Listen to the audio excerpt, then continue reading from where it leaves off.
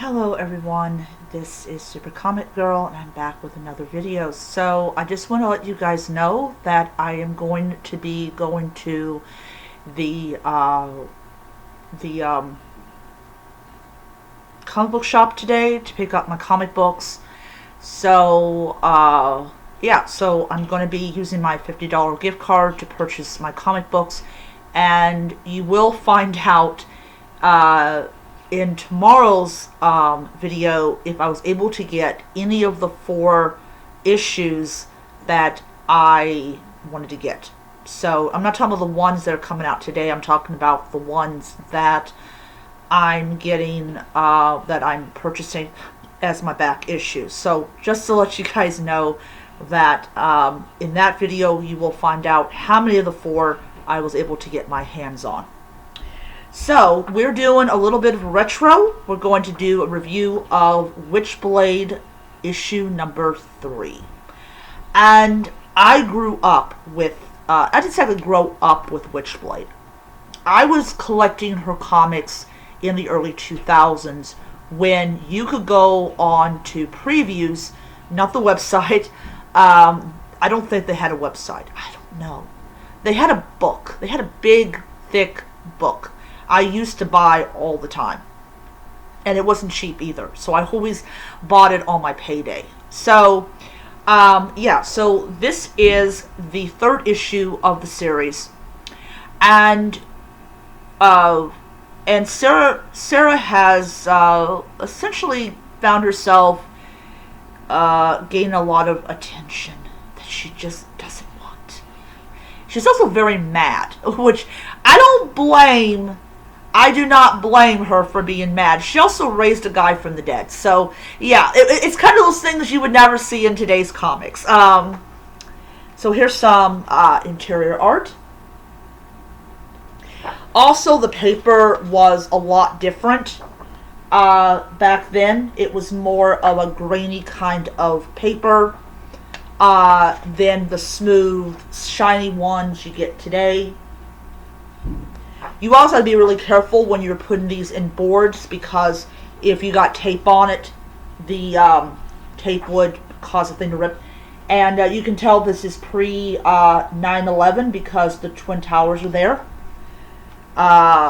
For people that were born after 2001, that used to be there. But yeah. So, this was actually done in, I don't know when it was published. 96. So, I was 16. So I was 16. So this was published in 96. So, yeah, so I should say I did grow up with Witchblade, though I did grow up without knowing Witchblade existed. But this is the 3rd issue in the series, and this is her journey to who she will become, and a lot of the stuff that she encounters along the way, and this happens to be one of them. Getting kidnapped, I believe it was by the mob.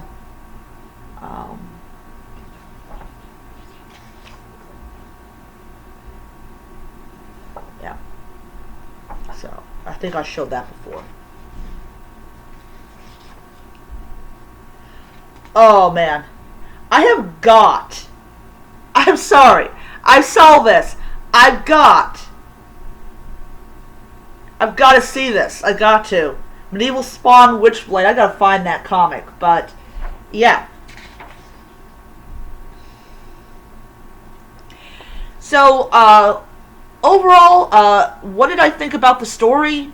I really loved it. It's not a overcomplicated story. It doesn't have characters that lack any kind of humanity or lack thereof. The bad guys are the bad guys, and Sarah Panizzi is the good guy or the good girl.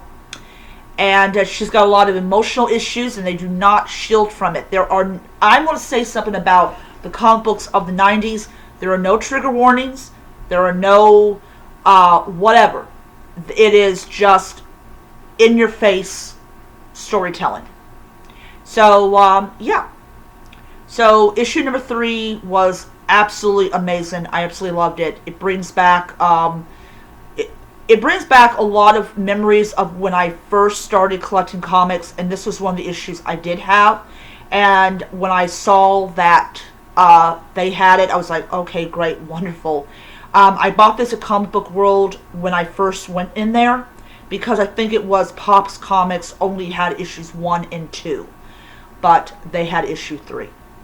So, 5 stars. I know people are not interested in comics from the late 90s. I definitely am. That's why I'm buying Witchblade. And, yeah. So I hope you guys enjoyed the video, and I will see you guys around.